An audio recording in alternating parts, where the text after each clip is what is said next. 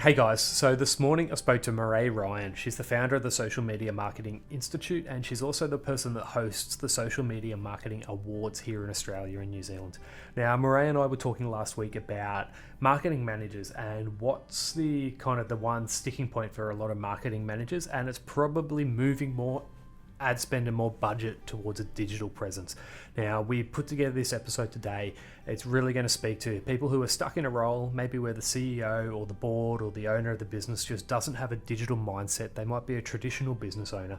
And we've just given you some hints and tips what to do and definitely what not to do when you're asking to move some of your annual budget towards a digital presence.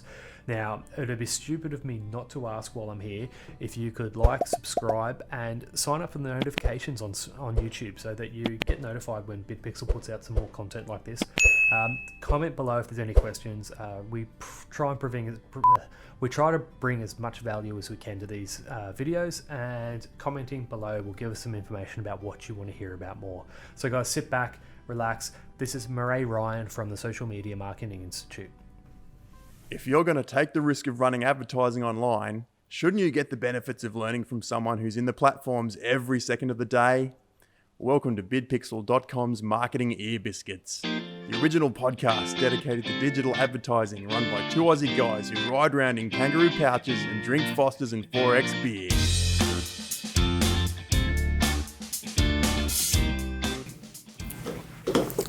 Today I've got Mireille here. So we met Mireille from the Social Media Marketing Institute a couple of years ago, and then obviously the Social Media Marketing Awards. So there's an award up there from us from a few years ago from real estate, from your awards, and we were privileged to be there as a finalist again this year, just gone in 2019. Mireille, what's your background? Well, my background is actually in the fitness industry, and I use social media to grow my business all around the country, Yep. which led to me winning awards. And so after doing fitness for 15 years, I sort of was looking for a bit of a different place to go. My passion had become just a job and loved social media, and so took the jump into the social media space, but didn't want to just become an agency. I wanted to look at a way that I could actually bring the industry together to be able to help connect, to be able to help elevate the industry. So that's why I established the Social Media Marketing Institute and the awards, so that we can help the industry to grow and to, I guess, promote how amazing the people are that are in the industry. Yeah, that's cool. So you brought something to our industry that no one really had, right? There's this association in Australia. America's got a AMA. Like, you brought this to us to give, I guess, the marketing managers, the small business owners a voice, and to give them a bit of a sounding board against each other, and to give some training and some accountability for them as well. Is that sums it up? Pretty much. And the other thing that we're actually working on at the moment is the ethical framework for the social media industry. And that's around the principles and values behind social media marketing. And we wanted to be able to create a bit of a framework that everyone in the industry could work towards. So we're sort of halfway through working on that at the moment. Yeah, that's awesome. There's one thing that we love is ethics in our industry, and to bring that as a golden standard would be fantastic. So I brought you here today to talk about warming up business owners when someone wants to go digital. Now, this topic is really going to suit marketing managers in larger style businesses, or just marketing managers in businesses where there might be a traditional owner or someone who doesn't really get the power of digital marketing, doesn't get the power of the analytics behind it, and maybe is stuck in their own ways. They're still doing some newspaper ads or billboards or, that traditional stuff. So I've got you in to have a chat about this. And the first thing that we wanted to talk about today was, we've seen it time and time again, right, in the advertising side of things. A lot of marketing managers, they're good at some things, but they're not great at everything. So one of the biggest things that we've found is they need to have an understanding of their figures before they go and approach the boss. So it's no good just going and saying, can I have $10,000 a month to spend on digital marketing, or can I have $10,000 a year to spend on digital ads? What would be your number one advice for understanding the figures and understanding the platforms before they go and ask these traditional people for the budget?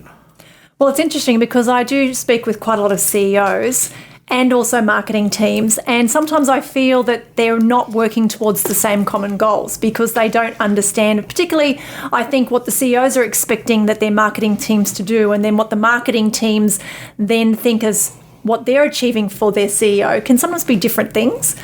And so I think that, one of the best things that you can do is understand what exactly is important to the business and to the CEO, to understand what their objectives are, what their outcomes that they're wanting to achieve before you even go and approach the CEO or the board or the business owner, whoever.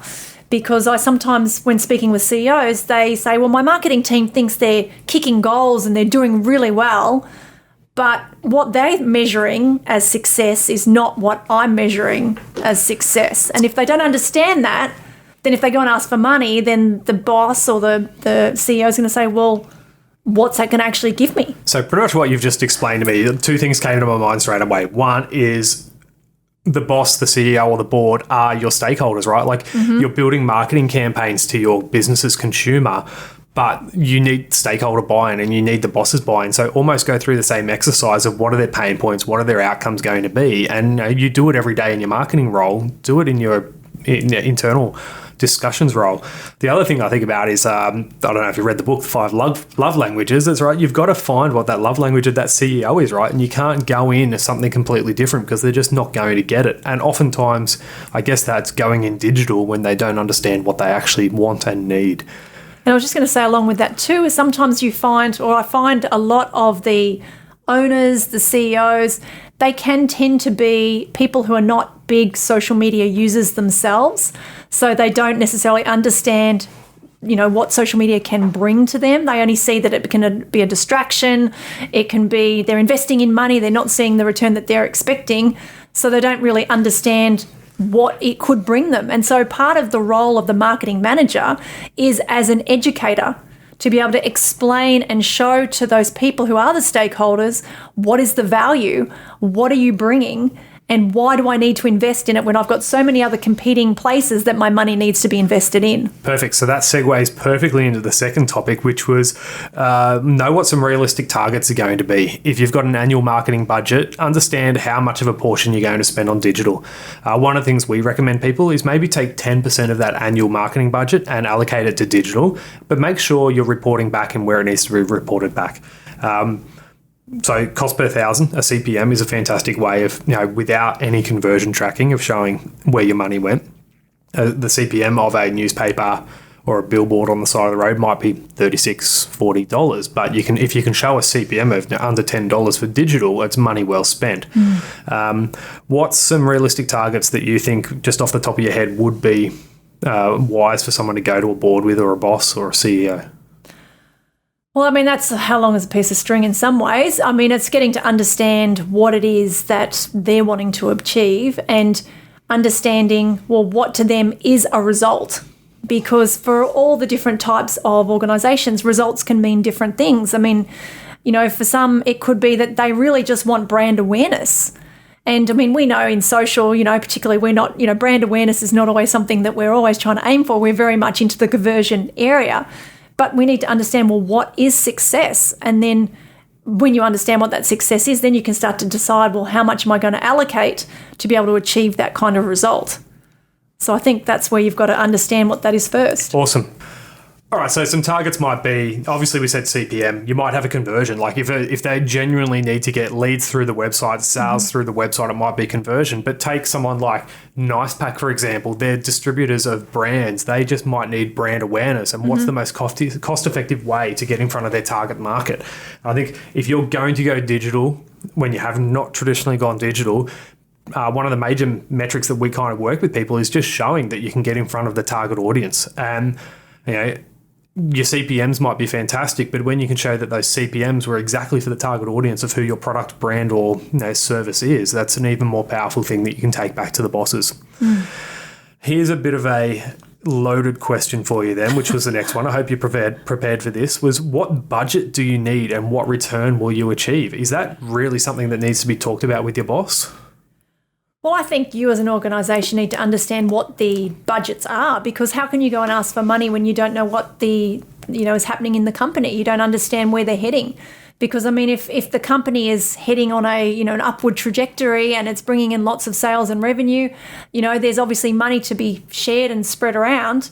But if the business is really tightening down, I mean, some of the things that they might then start to say, well, I don't really understand social media, I don't understand digital, so that's where I'm actually going to start reducing the budget.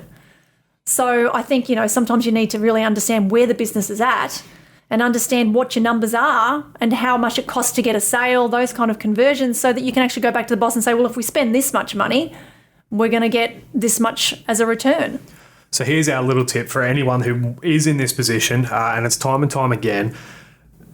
Trade shows, marketing fairs, anything like that. Generally, big businesses, they're happy to spend $10,000 an event, right? And a lot of them, that is their marketing budget for the year. They might go to 10 events at $10,000 each. There's $100,000 to get their brand presence out to a select group of people. Your traditional business owner or CEO sees that as a hyper-targeted audience, right? They're attending a trade show for your specific niche or industry. One of the things we then work with these marketing managers is, right, let's take 1/10 of that budget. So let's take $1,000 and do a strategic Facebook ad over the top of that trade show and then follow those people when they go back home after the event. And being able to show the life cycle of, yes, we got in front of everyone and we got in front of everyone who was in the hall, not just people who came up and talked to us at the stand. And then we chase them back to whatever regional town or city or international, wherever they've come from. Being strategic when you're asking for the budget and not asking for a parody of traditional budget, I think is a very strong point, like you said. And it's also, they also know what they know and they know what they don't know. That's right. And see, for them, trade shows, they know that. They know that they get certain results from trade shows. So they don't have any issue with investing in those kind of things because they've always done that. Where digital, it's always evolving, it's always changing, and a lot of the time they don't understand it. So they're always going to be more cautious before heading into that space. Correct. What about doing some competitor analysis? So one of the quick, simple ways to prove to your CEO, your boss, or your board that you are going to miss the bandwagon is just some competitor analysis. So what can they look at directly from their competitors, either local, international? What's some of that analysis that they can do to show where sort of this brand might sit currently amongst their peers? Well, I mean, it's important to be able to understand where you're sitting anyway when it comes to your brand. But I think by showing your CEO that your competitors are doing these other sort of things, they get that sort of feeling like they're being left out.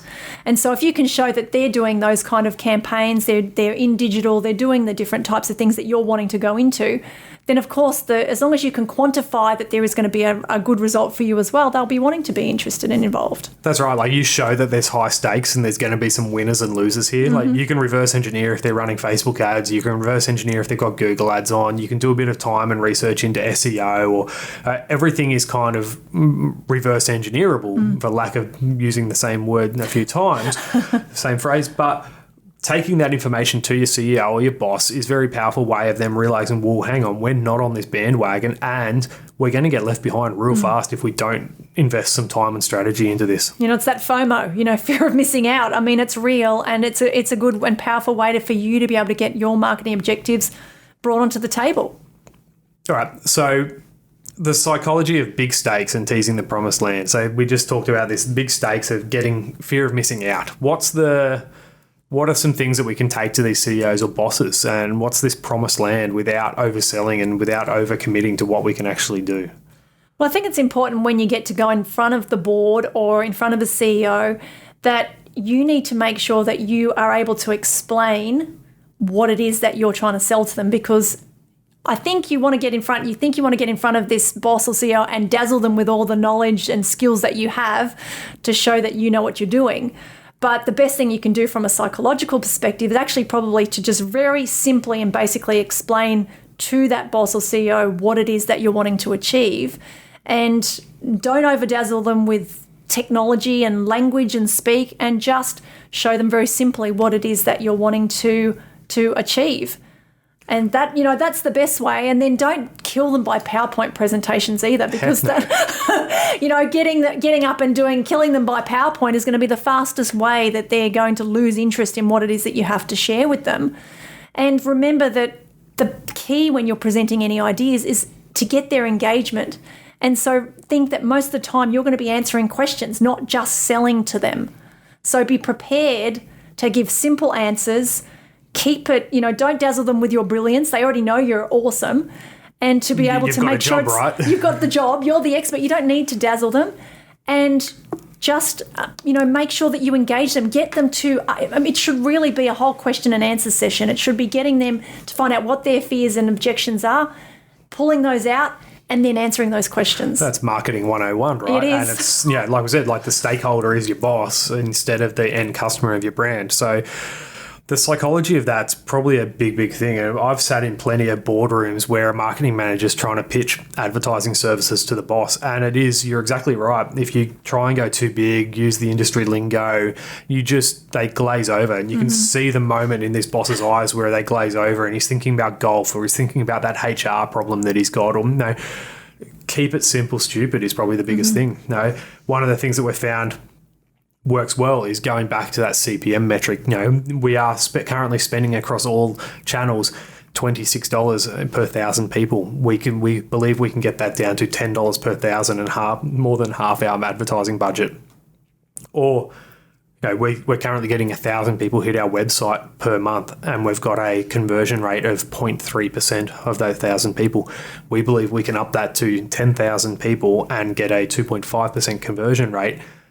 And then here's the simple maths behind that. And what does that actually equate to in sales and revenue? No, this is going to equate to this in sales and revenue, and we only need to spend maybe a quarter of the budget that we currently spend in our traditional means. Hey, boss, can we give it a go for 2 quarters and see how it works? Yeah, and hold yourself accountable to those metrics that you're saying that you're going to achieve, because he will definitely do that. 100%. Don't oversell yourself, right? No. Like if you overpromise and you can't deliver, that potentially is your job on the block, and it's going to make it that much harder for you in the future to ask for these sorts of permissions to do these things. Yeah, you'll definitely get barriers in place, and that's when you'll actually have a losing battle to try and get your team, your CEO, your board on your side. That's right.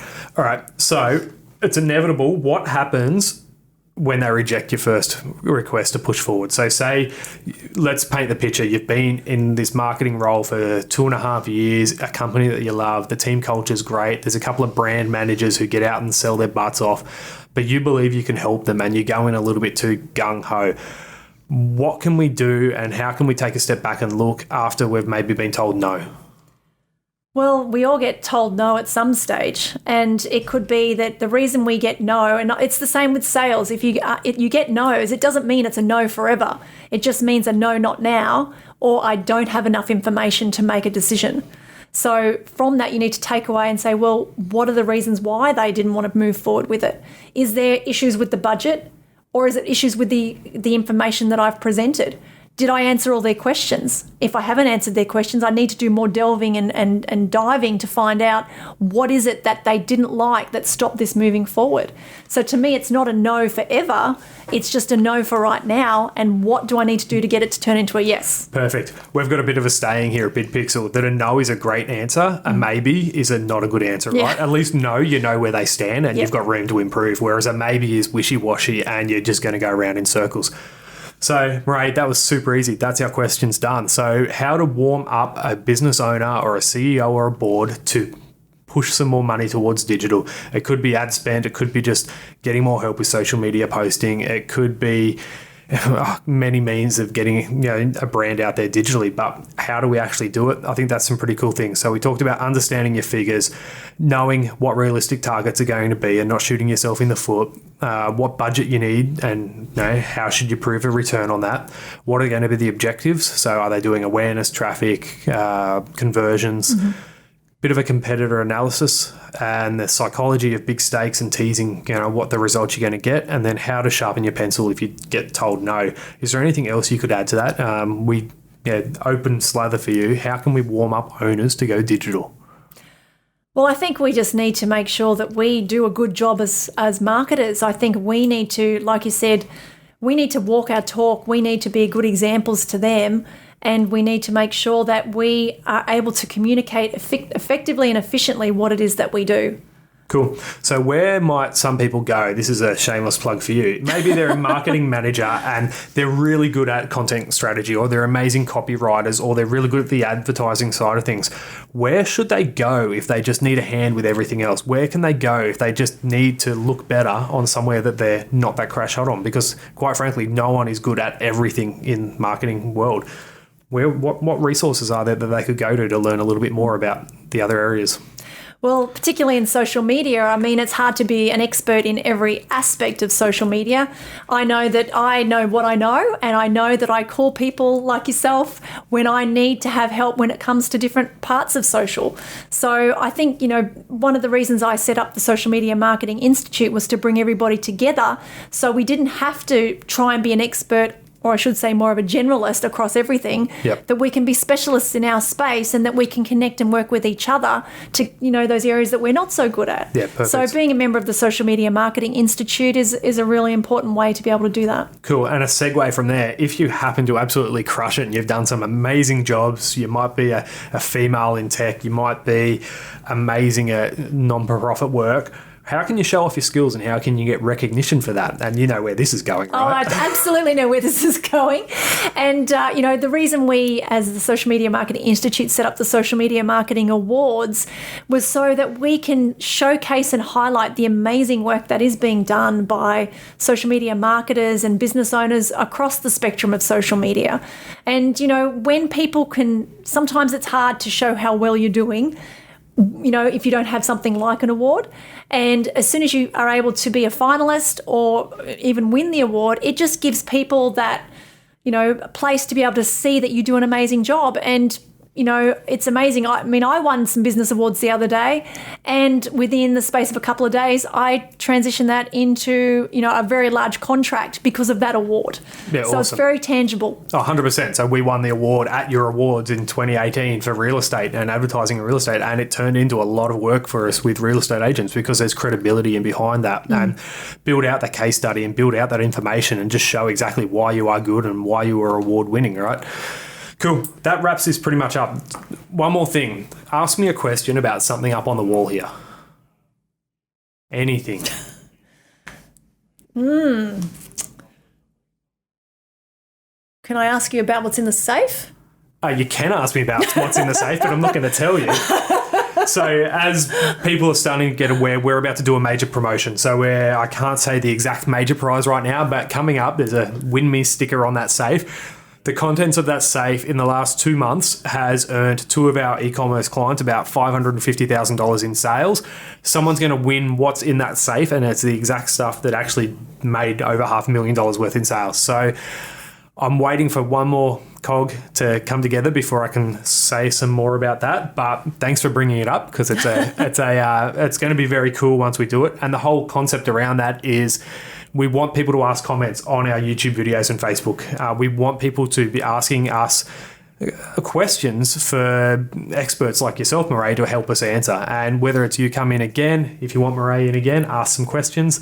Or if we get someone in, we're talking legal, we can talk about finances, small business lending, awards, like anything, right? As long as it's got to do with marketing, sales, or advertising, we want to generate conversations and we want to be able to answer them on these podcasts and vlogs. So thanks for asking that. Hey, where can people find you day to day? Is there a website or a social media platform that you're hanging out on the most? Well, the Social Media Marketing Institute is www.smminstitute.com.au. If you'd like to connect with me, it's Mireille Ryan, and that's MireilleRyan. On LinkedIn and Twitter are probably the best places to connect with me from a messaging perspective. Cool. I'll chuck those in the comments below so people can find you, because I'm sure you have no end of trouble with your name spelled how it is. Yeah, it's really hard. Awesome, Mireille. Thanks heaps. Thanks for coming in. We'll get you in again one day soon to chat about something else awesome. Sounds awesome. Perfect. Thank you. Thanks.